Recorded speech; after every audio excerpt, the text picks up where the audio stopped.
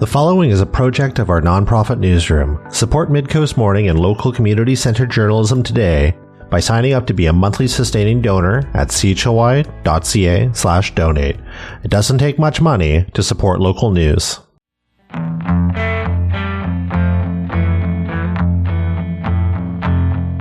Hello and welcome to Midcoast Morning. I'm Joe Pugh. From the Hullo Ferry to new turf fields to some prime locations that are due for a facelift, we check in on the infrastructure of Nanaimo in Part 2 of our 2023 Year in Review with Nanaimo Mayor Leonard Krog. If you're looking to catch up on Part 1, you can check CHLY.ca or head to the Midcoast Morning podcast feed. Now, let's dive back into the conversation. I also wanted to take the chance to ask you about a few spaces and maybe pieces of infrastructure here in Nanaimo and whether we might see anything happen to them in the coming years. Maybe starting with, at a real prime location, the old Howard Johnson Hotel. Well, there are challenges, and I can't say too much about that because, we have been to public hearing on this, and Council is not allowed to receive any further information. But what I can say, and it's publicly known, there are negotiations going on now with the owner, Nanaimo First Nation, who has a specific land claim for a portion of the site at least, and the province of British Columbia. I am hopeful that, though, that will lead to a resolution. When you come into what I will call downtown Nanaimo, when you're coming over the Pearson Bridge, you look to the left and you have that magnificent Maffeo Sutton Park. I mean, it's just a beautiful spot. It's incredibly well used. Anyone who comes to the city talks about it. And on the right-hand side, you've got possibly one of the ugliest sites in the city, which should be given over to housing, and the hotel is proposed, which I think it's fair to say is a very good idea, completely appropriate for the neighborhood, walkable, etc. So I am optimistic. But there are other projects that we need to be getting on with and are important. For instance, what I will call the Oliver Woods equivalent in the South End. They don't have a community center like Oliver Woods, and they certainly need it. The growth down there has been tremendous, or horrendous if you're an old-timer there, and the roads are plugged with people now, and frankly, too many idiots speeding on Extension. Hear me, Nanaimo, I just said that. Idiots speeding on Extension. Think about the children in that neighborhood, please. That's a very important project, and that should proceed as well. And that will be city, of course. But if you look around the community itself, I mean, you're seeing a very large apartment structure going up on the Telus property on Wallace, just down a little further, the same with the old Caledonian Clinic site. Near the university, lots of projects still underway. The reality is that, as to come back to what I said earlier, people have discovered the east coast of Vancouver Island, and us in particular, and they want to live here. And who wouldn't want to live here? I'm sorry. I'm every time I hear someone whine about the state of Nanaimo or describe it as dirty or whatever, or afraid to go downtown, I feel like saying, I wish I had enough money to send you around the world and see how the vast majority of the population of the planet live. We are fortunate to be here, no matter what our complaints and issues are. We are fortunate to be here. I also wanted to check in on some properties the city took ownership of that are right next to us, notably the pit at Terminal and Commercial. We've had requests out for proposals for that. The city's general intention, and I can say this is publicly known, is to sell it to a developer who would develop that property in accordance with what we would want. In other words, it's not like they come to us and say, we just want to buy it and we're going to do whatever we want. We're looking at what I will call, the ordinary expected retail space, restaurants on probably the main floor, and potentially housing or something equivalent above. That would be the appropriate use, and we think that's the right use. And it was I think it's fair to say, most of us who ran in 2018 were all made commitments to try and fix the problem. The A&B Sound Building, that work is going to proceed. The private owners have, thank God, decided to fix it up. It won't be a massive redevelopment, but it'll certainly make an enhancement to that corner. And if we get a appropriate structure on the old Gene Burns site, as us old timers know it, then we will have something to really celebrate here. And particularly as the works proceed along Commercial, the upgrading, Diana Krall Plaza, I think people will see an even more exciting and impressive downtown. One of the reasons I'm bullish about Nanaimo is that having, with the exception of a few years out in Bowen Road in the 89 to 96 with another law firm before I set up on my own, I have worked downtown and had an office downtown steadily since 1979. I've seen a lot of changes. And with the exception of the street disorder and that misery, this is a way better place than it was. The fact we have a parking issue tells you it's way better because people are down here, they're doing things. And what I observe it most commonly is when you have an evening meeting perhaps, or you're downtown for whatever reason, or if I'm passing through, if I had to go south of town, and I take the time to drive in off in Commercial Street, and you see the parking spots filled later in the evening, you see people on the streets, families, a little bit of shopping perhaps, going to restaurants, going to bars. It tells me that we have a much revitalized downtown, but we can do so much more. And one of the things I want to mention is the Thursday night street fair, the Chamber of Commerce. That's been an enormous boost for downtown, and it's helpful. And as I remind everybody, particularly those in North Nanaimo sometimes say, well, we don't care about the downtown. Why do you keep emphasizing the downtown? And I say, well, does anyone you know travel to any cities anywhere in the world to see their suburbs? They go to cities to see the city. What is downtown? Are there galleries? Are there museums? Are there places to shop and eat and drink and be merry, so to speak? Are there facilities that impress? Are there hotels? Are there walkable places? Are there parks? Is it pedestrian friendly? Is it friendly to tourists? Is there an atmosphere of joy, if you will? Is there a timeline on some of the work you talked about? For example, is that something we could see next year, the terminal commercial site sold to a developer? The terminal trench is being worked on as we speak, as you know. You've probably suffered as a result of it to some extent, the traffic backing up and necessary. The work on Commercial Street, I think we're potentially looking at the fall. So you'll start to see some things roll ahead. The South End Community Potential Recreation Center, that's the subject of ongoing discussions, and I don't think I'm revealing any secrets, with various groups, including the school district and Island Health, because we see some opportunities there to develop a facility that would be useful on many levels, not just a place to go and play pickleball indoors, which, by the way, has become a great source of controversy and passionate debate in various places, and disturbances in neighborhoods, I might add. I think there's a lot to look forward to. You know, we have the Hullo Ferry up and running. I mean, that took years, and it's not the city's doing; it's private enterprise and the port, and with the contribution and support of Sinamic. That's making quite the difference. Have you ridden that Hullo Ferry? I haven't had a chance yet, believe it or not. I'm going to whine. I'm not complaining. No one forced me to be mayor, but I would like to have the opportunity to go and take a trip over just for the heck of it, actually, just to see what it's like. But I know a number of people who've traveled on it. They're very pleased with it. Now that they've got the shuttle up and running and they've seemed to have solved the problem with luggage, what that means is someone from Nanaimo, and I'm not discouraging using our wonderful airport, but having said that, you could hop in the Hullo, you head across, you hop in the SkyTrain, you go to Vancouver Airport, and off you go to the destination of your dreams. And also, while we're still sort of on the subject, the two buildings next to the terminal and commercial intersection that the city purchased, the talk has been of making a bus exchange. Yes. Is that in the cards in the maybe 2024, 25? Yes, and hopefully that'll go. And that's been controversial. A lot of downtown business people see it as just a gathering place for the unhoused, and they think it will be a detriment. I don't agree. I think it's a positive thing, and it will encourage further densification downtown, I believe, and will enable workers, people who want to shop, to get into the downtown core quite readily and easily and safely. I understand that not everyone uses public transit, but a lot of people rely on public transit, and having a clean, significant, successful bus exchange, which is what it is a very positive thing for any city.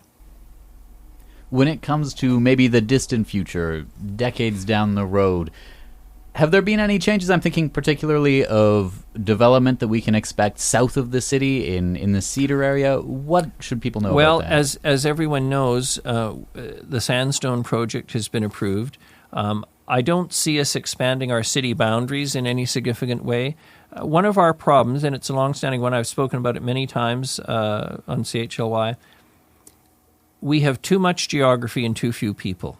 And by that I mean I'm not anxious to see us become Vancouver, but the city services are delivered over 91.3 square kilometers, 104,000. And I always use the example Amsterdam, which is probably 1 million now, but was 975,000 when I referenced it, has 219 square kilometers. They're slightly over twice our size with literally 9 times the population. It's much easier to deliver services when you have that compact kind of population and the numbers. So yes, we will see significant development in the south end because there is still some quote-unquote developable land, the Sandstone project. But one of the impacts and how it will impact is going to be determined in many respects by the provincial legislation that's been recently passed, potentially authorizing multiple residences on single-family lots, the traditional single-family lot, and how that's going to work out and play out in light of all the work that went into city plan that was passed this year. That's going to be a challenge.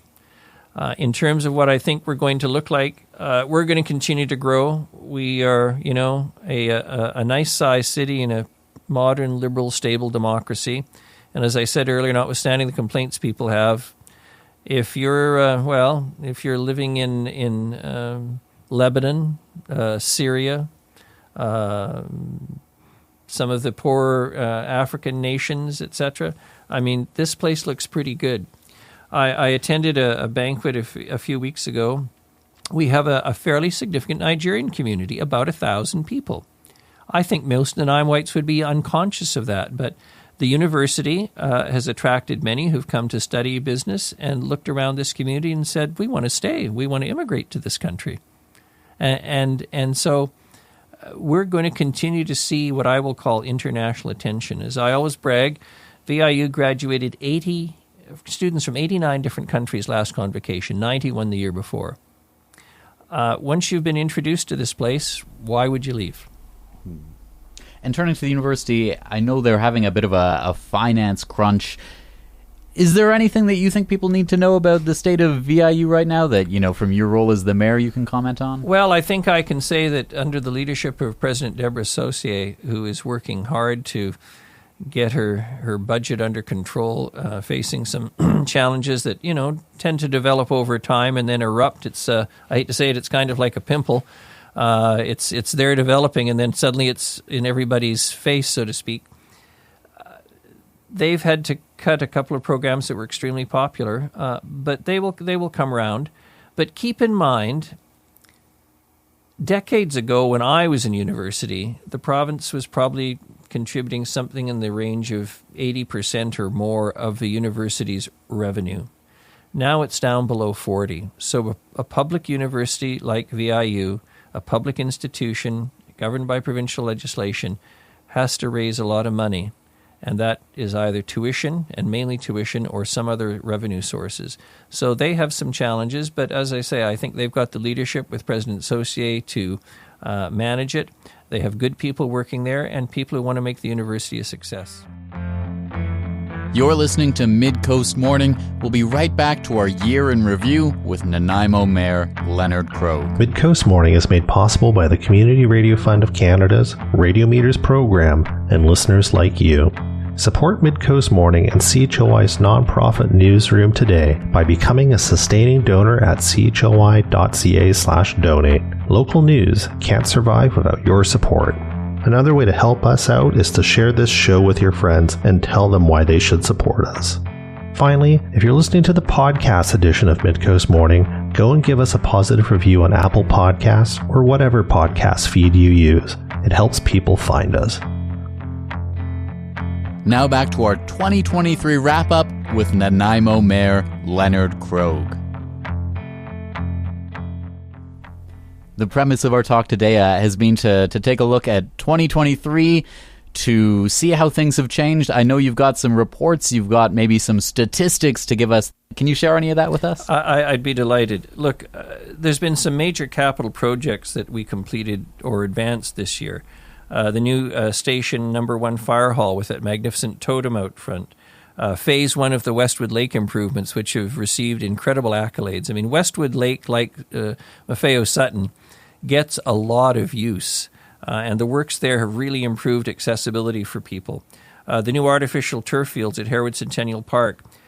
Now, some folks say, oh my goodness, artificial turf, it'll destroy the water and that's bad for public health. I want to remind everybody, nobody in Nanaimo gets their water out of a well. We get our water out of our water system from Jump Lake. Artificial turf at Harewood next to John Barsby High School is not going to impact on public health. But the more important thing for me is, with the artificial turf on those fields, you will now get 6 times the available use. As I remind my solid green friends, would you prefer that we go out and clear the trees off 5 other playing fields in order to enable this kind of public use? So that's a very positive thing. Some people will, of course, notice the Midtown water supply. Those magnificent large pipes that were laying on Labio Road and being stored in various places, twinning that system at, I might add, to come back to costs, $500 a foot not installed for those pipes. That's a $55 million plus project. In addition, the Midtown Gateway, so you're coming in Northfield, you'll be able to get straight in and cross over into Beban Park fairly easily. And, of course, the ongoing Terminal Avenue upgrades that we've got literally happening a few feet from us as we speak this morning. We have looked at our housing needs assessment, which was completed in May, and established our targets for the next 10 years. We weren't on the naughty list from the province, as you might recall, and not anywhere near the naughty list. We have been building more than our projected need for some time, but the reality is we need more because more people are coming.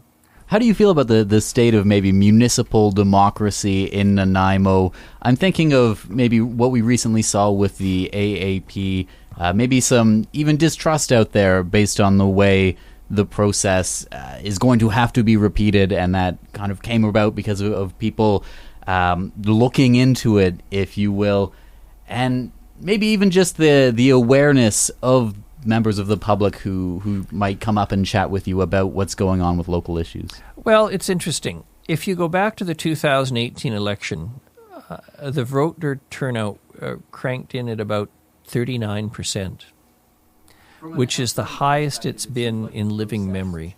Municipal elections tend to be more around a third, 33% of the people eligible to vote. I wouldn't say that. In 2022, I would argue the contrary. it dropped the back reality to is that a number of 24-25% are worn out. I can't give you the exact number. Some locations that's a drop that, of 14% of the total voters who voted too much presumably damage, or had the opportunity to vote in the previous election, didn't bother vote this time. What does that tell me? It tells me we've done such a terrible job they don't think we'll make any difference, or they're generally satisfied.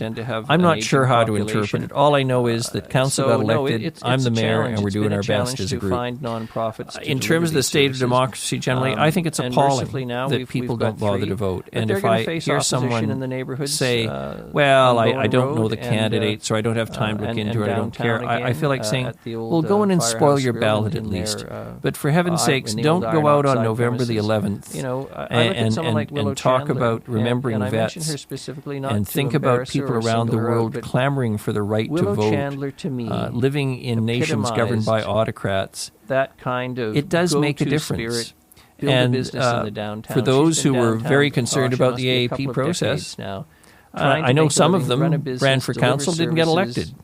That's democracy. Bread and food on her table. It's a tough game sometimes, and it's not always pleasant. And I would say, and I think a number of retiring politicians, certainly at more senior levels, let alone municipal levels, are saying the same thing. The Willow Chandlers it's a nastier and uglier business. like the people don't in take the this streets disrespectfully. deserve an opportunity. It's the gotcha politics of the to do media, what but it's also they the need to survive horror of and social to media, make a living where and people to enjoy say life things in our community. and The spread city is for everyone. stories, true or and untrue, it's been and often challenging untrue for her. or She's got a new exaggerated, location now. It's been with the challenging kind of for her, ease that most of us turn on a because tap we to get a do glass have of these water. Incredible It is not difficulties in our encouraging streets. to good governance when that happens, and it tends to drive down voter turnout. And so if you're not getting the government you want, I must tell you, you may be getting the government you deserve because you didn't bother participate.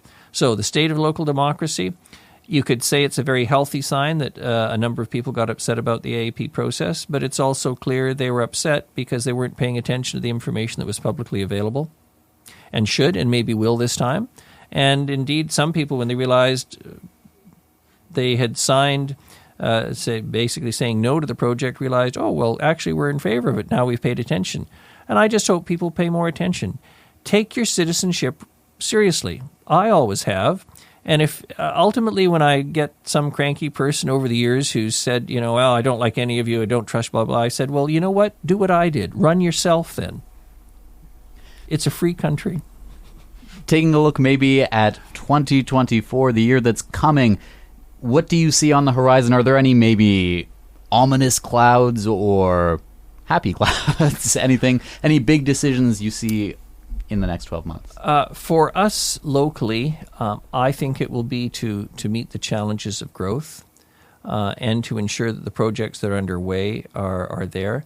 And potentially to put to referendum some of the larger projects, what I will call the nice-to-haves, but not necessarily the need-to-haves.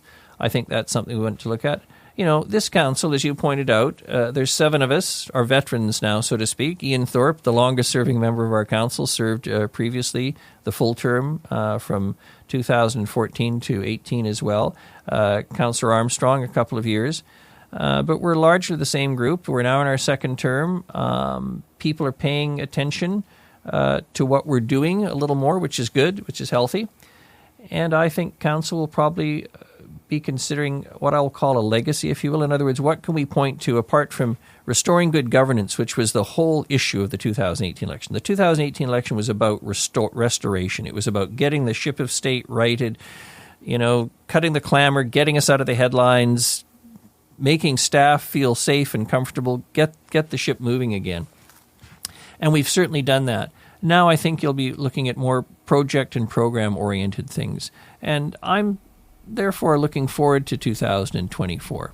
You say there that maybe there are even some projects that could be put to a referendum. Earlier on in our conversation, you talked about, $300,000 or $400,000. What are projects of that, just to have the referendum, I should say, what are projects of that scope that are examples of things you could see? You could potentially look at, and please, the art gallery folks will think I'm committing to a referendum, and no one's committing to anything yet. We're a long ways from it. But art gallery, waterfront walkway, for potentially an Oliver Woods equivalent, depending on the cost.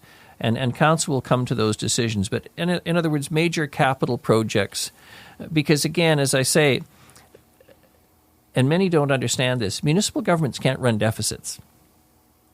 Seriously, we can't run an operating deficit. That is illegal. We cannot do that. And so every year, for capital projects, we either have to borrow the money and be capable and able to pay the borrowing costs, the interest and the principal payments, and pay for our staff and services, and we have to balance that budget every year.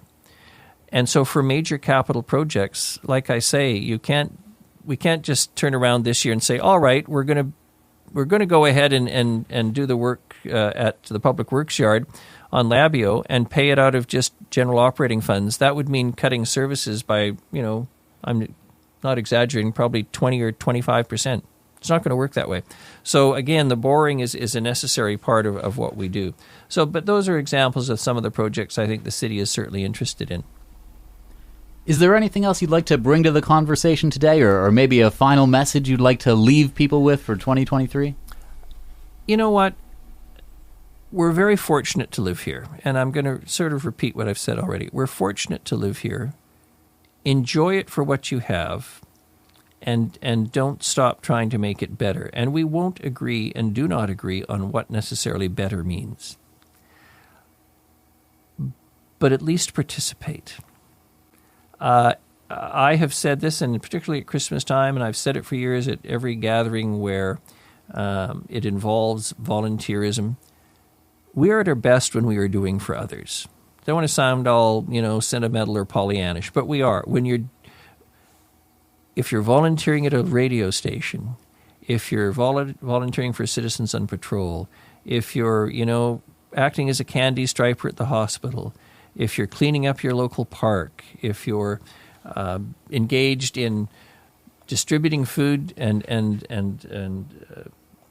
clothing to people who need it in the streets, all of those things build a community. They're good for your soul. They're good for the community. It's not hard to do. Get out of your house, go smell the fresh air, do something for your community, vote, get angry if you want, but do it in a nice and civilized fashion. Remember, we're a liberal, stable democracy, and we're lucky to live here. That's Nanaimo Mayor Leonard Krog speaking with me at the CHLY studio to help wrap up 2023. I'm Joe Pugh, host and producer of Midcoast Morning. Jesse Woodward is our executive producer, and Arby Frew is our technical advisor. You can sign up for CHLY's newsletter at chly.ca/subscribe for updates from our nonprofit newsroom and more. Our theme song is First One by local Nanaimo band Waste Management. If you have a story you would like us to cover, email us at news@chly.ca. That's all for now. I'll talk to you on a 2024 Midcoast Morning. Midcoast Morning would not be possible without the funding of the Community Radio Fund of Canada's Radio Meters program and listeners like you. Midcoast Morning is a project of CHLY's nonprofit newsroom. Support nonprofit journalism in Nanaimo and on the Salish Sea today by becoming a monthly sustaining donor at $5 or more per month. Support the program at chly.ca/donate. If you're already a supporter, record a voice memo telling others where you're listening from and why they too should support our work. After you're done, you can email it to us. Also, share the podcast with your friends. While Meta is blocking Canadian users from sharing news content on their Facebook feeds, you can still share our podcast directly with your friends via Facebook or Instagram Messenger. Finally, this program acknowledges and gives thanks to the Nanaimo First Nation as we broadcast and podcast from their traditional territory. Thanks for listening.